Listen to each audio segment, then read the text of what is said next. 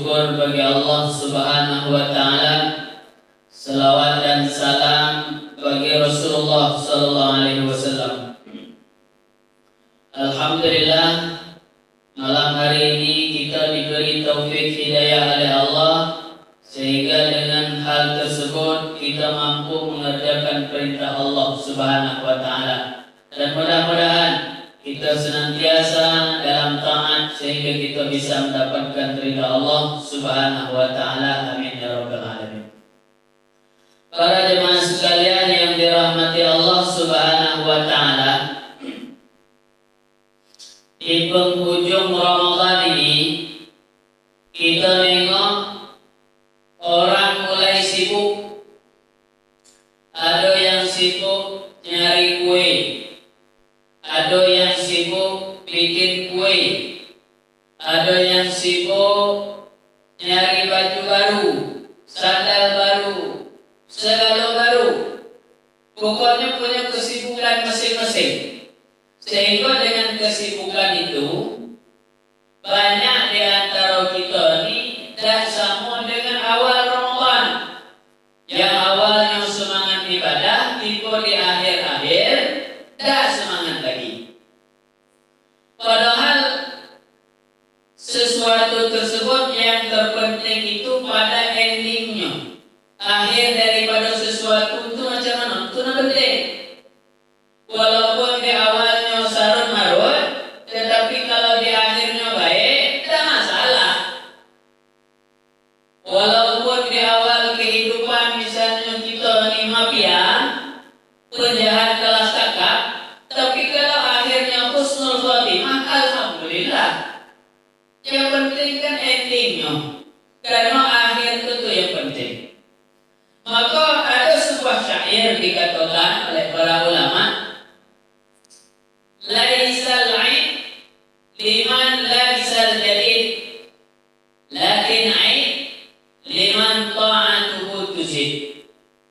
Hari raya yang sebenarnya itu bukan orang yang pakai serba baru, bukan yang pakai sandal baru, baju baru, serba baru, sampai apa juga potong rambut pun potong rambut baru, potong jenggot pun jenggot baru juga.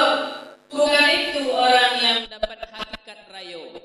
Tetapi siapa sebenarnya yang mendapat hakikat raya ini? Hari Lebaran Idul Fitri itu adalah orang-orang yang liman ta'atuhu tuzid. Orang yang pada hari itu ketaatannya bertambah daripada sebelumnya. Kalau orang yang bertambah ketaatannya sesuai dengan konteks awal kita berpuasa, tujuannya la'allakum tattaqun. Berarti orang yang setelah berpuasa dia bertakwa, maka dia berhasil dalam berpuasa. Karena di setiap ibadah pasti punya efek.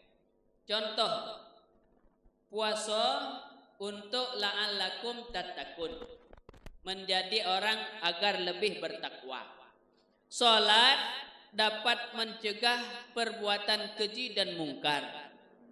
Haji bisa membuat orang balik dari haji lebih baik. Itu tanda tu ibadah diterima. Kalau balik dari umrah, balik daripada haji basih pakai celana batis ni, itu dikhawatirkan haji umrah tu tak diterima. Percuma. Balik bertambah maksiat. Macam mana orang yang haji umrah balik tambah taat.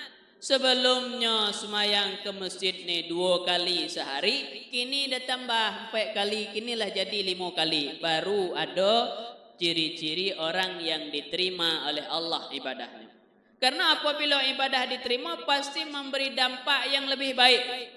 Maka kita tanda ni, orang yang ibadahnya lebih bertambah baik setelah Ramadan, maka bersyukur, berarti Ramadannya diterima oleh Allah. Karena la'allakum tattaqun.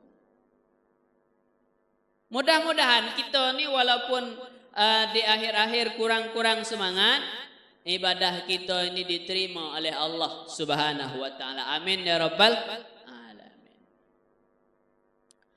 Maka setelah Ramadan, mari kita tengok kita cermin diri kita sendiri. Berkurangkah ke masjid, bertambahkah ke masjid? Berkurangkah Al-Quran, bertambahkah Al-Quran? Semakin dekatkah ataupun semakin jauh daripada Allah Subhanahu wa taala? Kalau yang namanya ke masjid jamaah ini, saya juga bukan termasuk orang yang istiqomah di dalam berjamaah.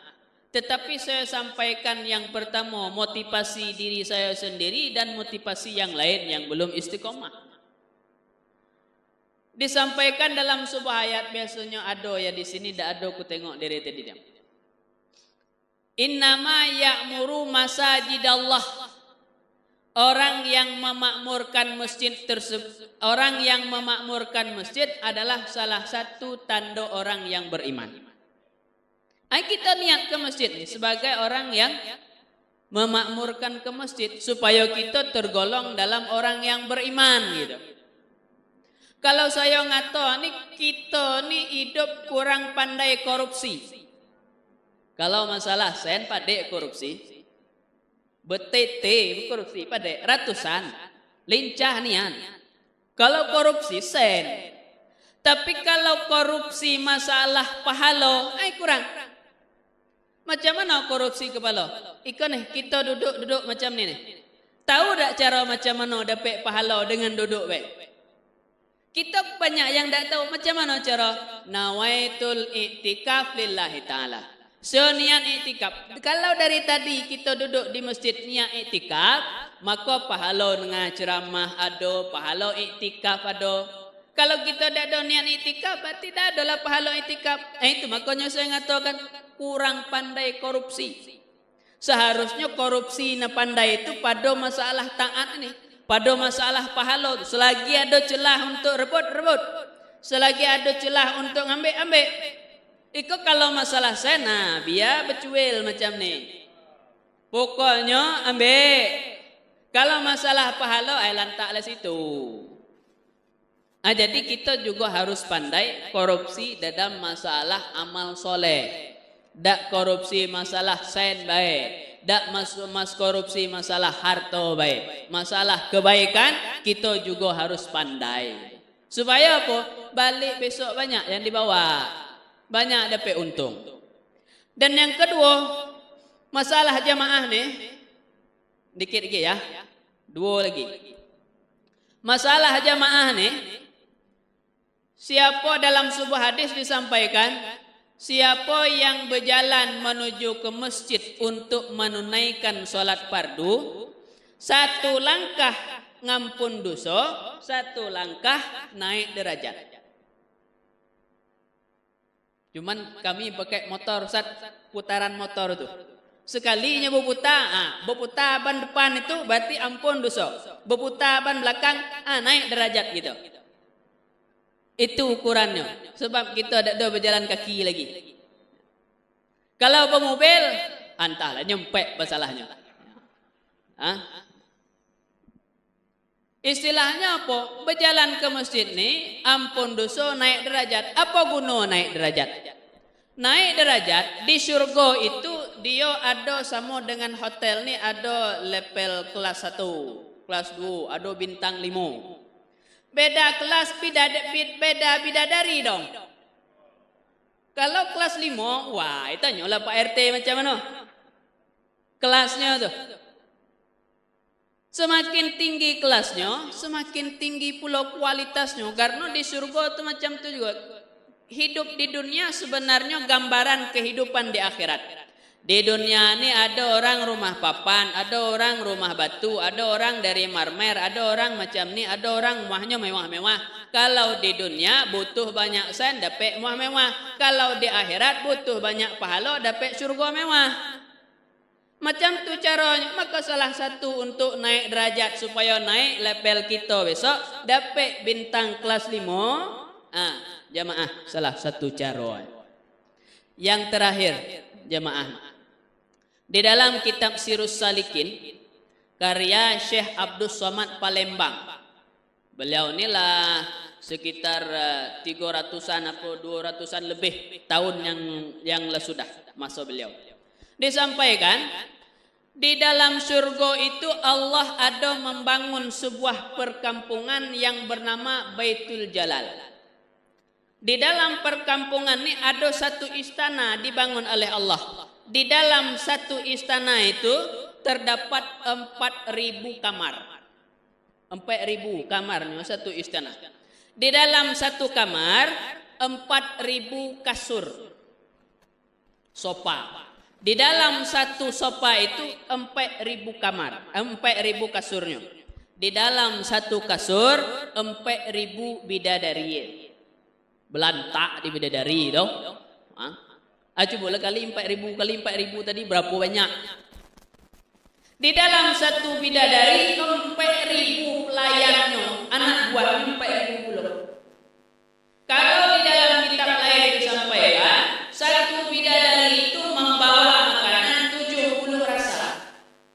70 je makanan itu rasanya 70. Kalau di dunia baru ada ayam bakar 3 rasa. Baru 3 rasa. Kalau di akhirat 70 rasa. Mana mencari? Kalau ibarat nikmat surga dengan dunia 900 dikali 30 namanya 90%. 1% di dunia. 1% nikmat di dunia 99 tinggal di surga. 1% kepedihan di dunia 99% tinggal di neraka. Anaknya api 1% 99% di neraka. Nikmatnya buah pisang 1% 99% tinggal di surga. Kini Anda pilih yang mana? Gadis atau benda? Ya itulah bahasa kita serah kita memilih. Kata Rasulullah, ini jalan ke surga sudah saya tunjuk, ini jalan ke neraka sudah saya kasih tahu. Tinggal pilih yang mana. Ya dah Pak RT, pilih yang mana. Terserah dewa. Sekian, wallahu alam bisawab. Assalamualaikum warahmatullahi wabarakatuh.